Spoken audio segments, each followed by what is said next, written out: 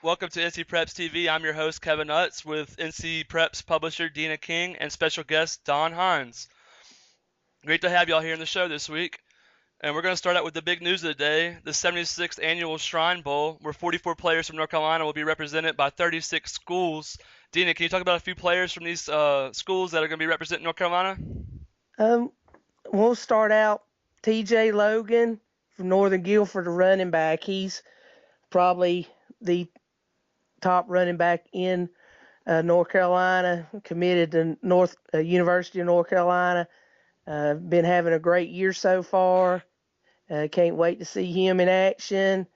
Another big player for North Carolina will be linebacker Lorenz Bryant from Vance, who's committed to South Carolina. He's had a great season at running the ball and playing linebacker for the Cougars. Another big player for North Carolina this will be Greg Gilmore from Southview, who's a defensive lineman. He's uncommitted, but he's one of the top 10 players in North Carolina. As well, Tyrone Crowder, offensive lineman from Richmond, who is one of the top offensive linemen in the country. He's uncommitted too, and he's helping leading Richmond on that offensive line to their perfect undefeated season. And of course, we got lots of kids that are from all over the state. One special kid, Matt Wogan from Porter Ridge, the kicker, he's committed to Oregon, so he's going to get to showcase his leg. Don, I know you get to see a lot of games out in Cabarrus County. Can you name a few of the players out there that you're excited to see that made the roster? Yes, we have three from the SPC. We have for Concord, BJ Beecher. He's a gunslinger. I tell you, I don't. I don't think his numbers are going to be duplicated for a long, long time in Cabarrus County. He's putting them up. And for A.L. Brown, we have two players. A Virginia commit, Keon Johnson, he'd be wide receiver, and Caleb Phillips will be running back. And these three guys have really showed the SPC what football is all about, and I wish them luck in the game. That's great. There's two other players I'd like to name. Farrah Cooper out from Havelock. I know that he's had a great season, and I'm really happy to see that he made the roster, as well as Taekwon Lewis from Tarboro, who we got to see this week. And he just is a great player out in the east part of the state, and I think he'll do great things for the Shrine Bowl and end up going on to Ohio State. But we're going to move on to Game of the Week last week and do a recap of Wake Forest Rollsville at Wakefield. Wakefield took the victory 33-19. Dina, can you say anything about the game? Well, last week we talked about, how Wakefield had coming off a loss, and I was kind of iffy about this game, and I went with Wake Forest Roseville, but Connor Minch and his Air Force Brigade proved us wrong, and they came out with a victory. I think he threw 3 touchdown passes and stuff. So that Cap 8 conference is getting mighty interesting along with Leesville Road. Yeah, I know Phillipsou had 15 catches for 163 yards that night, and just a great offensive performance from Wakefield. I know Roseville had the strength of their own behind Bryce Love, who had 20 carries for 161 yards on the night. It was quite a game, really. It was 19-7 at halftime by Wakefield, but Roseville fought back in the third quarter, tying things up at 19-all until Wakefield was able to pull away late to finish the game 33-19. Another game I was able to make it out to on Friday night was Tarboro hosting Kinston. I know coming into the season, both teams were highly ranked in the 2A department, both making the state championship last year. Well, Kinston had lost 3 games and coming in trying to rebound their season, but Tarboro was able to pull out the victory 34-27. They had a fairly sizable lead, 27-13 at the half, but they had a drive coming out of halftime, a 7-minute drive, like an NFL-type offensive drive. They drove down the field for 7 minutes and pounded the ball in to pull away 34-13, but Kinston came back and scored, making it 34-20, and had recovered 2 onside kicks in a row after they scored touchdowns on those making it 34-27. With 2 minutes left, they had the ball and an opportunity to drive down the field and win. Starting from their own 13, they were able to drive to about the 29-yard line when they ran a speed option to the right that was knocked down by Keithion Battle from Tarboro, and the pitch was actually a lateral. He recovered the ball as well, sealing the game for Tarboro. Tyquan Lewis, the defensive end from Tarboro, was quite impressive. He was double and triple teamed a lot in the first half, but a coaching adjustment moved him into nose tackle, where he really dominated the second half. Don, when we visited Tarboro, we got to find out what they put in the water down there, because Really? they just keep winning. Yeah, and I'm sure after Taekwon graduates, there's going to be somebody else. They got a running stream of top-notch players in the eastern part of the state. Yeah, and they will drop to 1A next year too. And Coach, he does a great job down there, Coach Craddock, in producing some top-notch teams, and they're peaking, and they're looking at maybe a possible 4-peat. What do you think, Kevin? I think they have a great shot. The offense they really committed to running the ball there. It was amazing to see some old school football again, like I saw at Richmond Senior a few weeks ago, where Tarboro just consistently pounds the ball and make you punish you with that running attack. And one of the runners I was really impressed with was Trayvon Marshall. He's a transfer into the school this year, but he had 3 rushing touchdowns on the night, and he also plays middle linebacker for the defense. And he has big hits all over the field, Dina. Like, this kid's a player. I'm not gonna lie to you. Well, I know Tarboro, that conference down there, they produce a lot of good kids. In Kinston, they've had they had a great run last year. They have athletes, so they can make some noise in the playoffs, because they made it there last year, and with Southwest Edgecombe there, and it still should be a battle when Tarboro faces those guys too.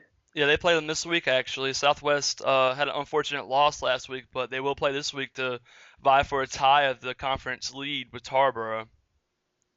But I will give Kinston this, that they fought hard and continued to play throughout the night. They had a strong offensive attack in the second half, and they played very well. And I'm sure nobody wants to see them coming up in the playoffs.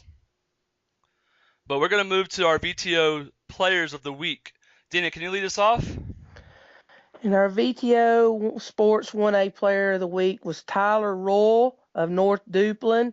He ran 41 times for an amazing 425 yards with 6 touchdowns and a 41-20 win over Princeton. Don?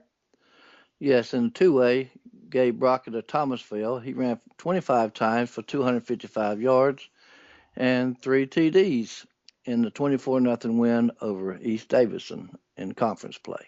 For the 3A, we have Darius Martin of Southwestern Randolph. He had 38 carries for 344 yards, adding 7 touchdowns, and a 53-52 loss to Ledford. In 4A was our special guest last week, Josh Taylor of New Bern. The quarterback ran 12 times for 128 yards with 2 touchdowns, and completed 12 of 20 passes for 222 yards with another score in a 39-7 win over ranked Hoggard. In the private schools, Brian Fields of Providence Day caught 5 passes for 210 yards and 2 touchdowns. He also returned a punt for a score and an interception also. And they end up winning over Ladin 65-7. Great game for this young man. Yeah, that was a great game. Well, everybody, that was the VTO's Players of the Weeks. We'll be right back, and we're going to step away for a second for a short word from our sponsors. We'll be back with Game of the Week next week. A.L. Brown at Hickory Ridge.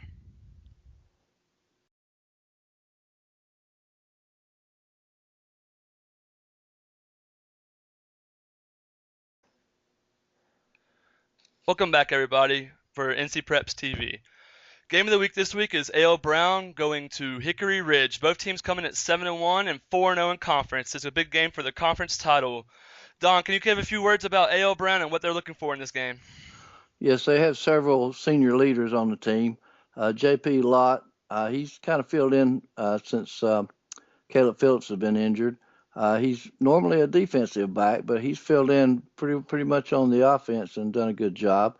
Another senior we have is Robert Pinkston. He is a scat back. I'm tell you what, that guy, I put him up against anybody on speed. He can go to the house. Hunter Allman, he's a linebacker. Jake Brandon, he's a senior tight end. And of course we have Caleb Phillips and Keon Johnson and Keenan Medlin, who was a quarterback. And on the defensive side, Shaquille Gore and Michael Miller. Shaquille is our defensive end, and Michael Miller is the linebacker. And these seniors have really carried the load for A.L. Brown. And we've had some injuries, Kevin, and that kind of concerns me. Yeah, I know that Phillips and Keon Johnson have missed some time, but I believe Phillips will be back this week, correct? Yeah, yes. Kim will be back. I think he's missed 4 games. Caleb has, and Medley, he is out for the year. He was hurt in the Mount Pleasant game last week, and he's been replaced by Andrew Ramirez, who was a JV quarterback last year and done a real good job with the JVs last year. And he's had some snaps this year, and he's just a junior. And if I had to compare the two, I would say Ken Medlin is uh, more he's got the running ability where Ramirez is more like a drop back passer, and he has probably the edge over Medlin on the passing on that. Dina, can you elaborate on Hickory Ridge's offense and Nick Tyson, the dual threat quarterback there?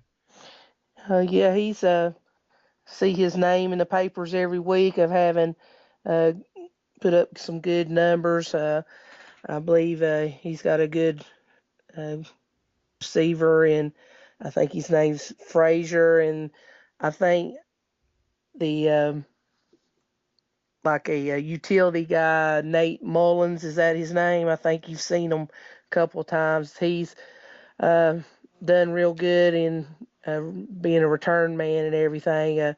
This is a big matchup for Hickory Ridge. 7-1. And probably off to their best start in school history. Of course, they're a fairly newer school and stuff, but uh, this could be a one of the biggest wins in their short school history if they can knock off this Brown team. And of course they're playing at Hickory Ridge, so we'll just have to see that. I know, Kevin, you've seen them twice. What have you thought about the Raging Bulls? Well, the Raging Bulls, in my opinion, their offense is very fun to watch. It's a spread offense with a lot of quick screens and they'll hit you deep too when you come up on them. They run a lot of triple options out of the read options, developed into triple options out of the shotgun with Nick Tyson.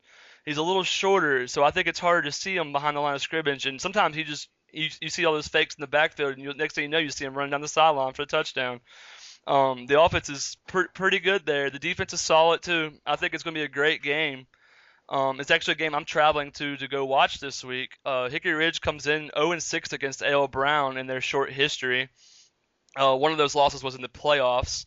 A cool stat for A.L. Brown is they have not lost an in-county game besides the Concord since 1976. Wow. So if Hickory Ridge can knock off one of the true juggernauts of Cabarrus County over the last few decades, to be honest.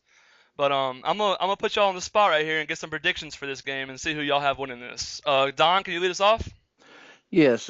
Before I give you my prediction on that, I left out a key running back for A.L. Brown, who's really filled in good. He's Ricky Sherrill, and that guy he carries 25 times a game, and he's right up the gut. So I didn't want to leave him out, so I thought I'd mention him, Kevin. The score, I'm gonna have to go with A.L. Brown. It's going to be a close game, no doubt, with all the injuries. But I just have a feeling that Brown's got a will to win, just like last week at Cox Mill. They took a licking, but they kept on ticking. How about you, Dina? Who do you have in this game? I'm going to go with the Wonders. I think they just have too much kind of firepower in the backfield, like Don says. They'll have Phillips back, Ricky Sherrill was running the ball good. J.P. Lott back there. Their quarterback, all he might have to do is hand off the ball, So, Wonders have one of the best coaches in North Carolina, and Mike Newsome there. And, I think, Kannapolis is gonna do some. They call it Wonder Magic for something. So, Amen. I think they'll win a close game. I think Eagle Ridge will give them a good game though. Yeah, I think it's gonna be a great game, and I can't go against history right here. I'm also picking AL Brown to win this one, but it expects to be a good game, and I'm excited to watch it in a inter-county game, inter-conference. The next game I'm gonna put you on the spot for is Cleveland at Triton. Dina, can you give us your prediction? Well, this is a big Eastern Carolina 3A matchup. Both teams undefeated. Cleveland at 8-0, Triton at 7-0, 4-0 in conference, Triton 3-0 in conference. Big game. It's at Triton, but I'm going to go with Cleveland Rams in this game. Triton has a great running back in Dedrick Stacker, but I'm going to go with a visiting team this week, Cleveland Rams. Don, who do you have for the game? Well, I'm with Dean. I'll have to go with the Rams of Cleveland. They're not maybe a second year school, but they've really come on strong. They put up a lot of points on the board, and I just don't see Triton scoring with them. I think it's going to be the Rams of Cleveland High. Well, I'm going to go with Cleveland as well. I think Isaac Martin is going to be too much. He has 1,500 yards and 21 touchdowns on the season already, and I think they're going to be able to unseat the two-time defending conference championships of Triton. Moving on to our next game, we have East Henderson traveling to Franklin. Who do you have for this matchup, Don? Well, I have picked East and Franklin. They're kind of a scary team to me. Out in the mountain territory. Franklin's had a lot of tradition, but I believe East Henderson is going to take this game. It may be close. Dina, who do you have for the game? I'm going with East Henderson. They've scored over 411 points this year. Got a great offense with the Owens kid at quarterback and Stephon Hill at the wide receiver / athlete running back position. Just think that East is going to pull this one out. Franklin, they got a good running back. Marquell Mannings have done rushed for 1,000 yards, and like Don says, Franklin's a good 3A team up in the mountains, and they've always had a traditionally a good program. But I think East Henderson is going to take this matchup and take command of that Western North Carolina 2A, 3A conference lead. Well, I'm going to have to differ with both of y'all here. I'm going with Franklin in the matchup, and they're going to make it 5 straight wins over East Henderson. I like to go with tradition and history, so I'm going with those two. But the arguments y'all had for picking East Henderson were pretty strong, and I almost flip-flopped on you there when y'all were talking, to be honest. Absolutely. It's going to be a tough game. Another matchup we have here is of unbeaten's East Lincoln travels to Lake Norman Charter. Dina, who do you have in this game? Well, I'm going with tradition. I'm going with Coach Bice and East Lincoln. They may have their quarterback, Garrett Young, returning this week. He has been out, got hurt in the Lincoln game with a knee injury. Been seeing in different articles and everything that he is going to try to tough it out and play the rest of the season. He's a senior. He came in. He's got around over 1,900 yards passing, and got a great group of receivers and everything. And so he's going to try to come back this week. On the other hand, Lake Norman Charter, they're a 1A school. They've done beat Lincolnton. If they can get by East Lincoln, then they're going to really have a big name in the 1A. There'll be a team to watch. I think they're kind of a team to watch anyway, because they got some talent out there. Alex Karras was our 1A player of the week one week. And so Lake Norman Charter, they've 7-0, 348 points on the board. look for a lot of points this week, but I'm going to go with East Lincoln. How about you, Don? Well, I took East Lincoln also, Kevin. Even though if you look at Lake Norman's Charters, their points they've scored with the 348, but if you look at the points against, it's only 71. So it kind of had me maybe changing my mind too as Dana was talking. But I'll go with the Mustangs. They score a lot of points also, and the win that impressed me was against Hopewell there early in the year, a 4-8 team. So I'll go with East Lincoln. Yeah, that Hopewell victory is what really got me on East Lincoln's side and reviewing this matchup, and I'm going to stick with East Lincoln after hearing y'all's debates on this. But I think it's going to be a great game and probably a pretty high-scoring game as well. The last game we have to pick for tonight is Southview traveling to E.E. Smith. Dina, what word do you have on the game? Well, E.E. Smith has been doing really well this year. They've only lost to a pretty good Hillside team in the second week of the season. 7-1 and 4-0 in the Mid-South 4A. And so I'm just going to go with E. Smith. Southview, the Tigers they had a great program down there. They have kind of fallen off a little bit here recently with additions of some new schools down there. It's kind of divided the talent up in that area and everything, but they kind of been struggling this year. But I'm going to go with the Golden Bulls of E. Smith this week. Don, what do you have in this matchup? Well, I picked E. Smith also. They are leading the conference and they are having a good year.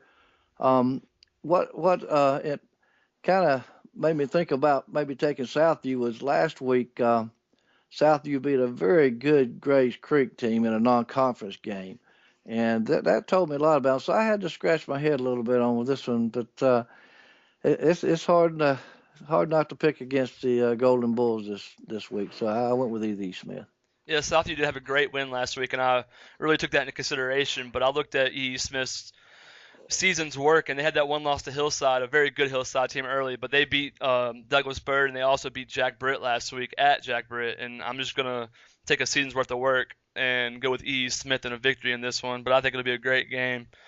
And that wraps up our picks for the week, but I want to drop that into it's week 9 already, Dina, and I want to see if you have any words on what the playoff brackets are going to start to form up like and the excitement around the state for what we're looking for. Well, it's the stretch run. A lot of websites or gurus are starting to put up their predictions on where everybody's going, where they think everybody's going, and it's just a great time. When it starts, the temperature's starting to get down to football weather now, and just the excitement. Week 9. This is right in conference season, so every game is going to be can determine if you're going to make it in the playoffs or not, and so everything's gearing up for that big week 11 or 12, whichever. If the teams played 11 games and stuff, so I know we're all looking forward to it. That's especially that last week, the regular season. Some barn burners are going to be in that weekend.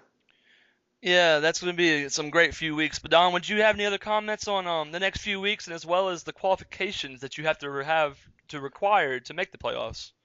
Yes, I love this time of year. It's my favorite time. The weather's right as Dina said, and fans are getting antsy. And speaking of the fans, a lot of fans are not familiar with how teams qualify for the state playoffs. In the 2A, 3A, and 4A, you have to have 4 wins, but also the first place, second place, and third place in each of those conferences, they're locked in. Now, if you have a split division, you take the first and second place in each division, and they do get their like if it's a 1A, 2A, then the team that the highest ranking in the 1A gets the number 1 seed, and then the highest in the 2A we get a number 1 seed. So actually, 2 number 1 seeds can come out of the same conference. Now in the 1A, it's a little bit different. There's no set wins to qualify, and it's always I don't know how to explain this. To see what these parents are going to come up with. I mean, you may see 11-0 against a 0-11 team. And it So has happened before. yes, 0 wins and 1 win teams making the playoffs. yes. And but I do think they have a term that they can opt out of the playoffs if they do not feel like they want to participate. They have to send a certain document to the high school athletic association and opt out of the playoffs if they wish.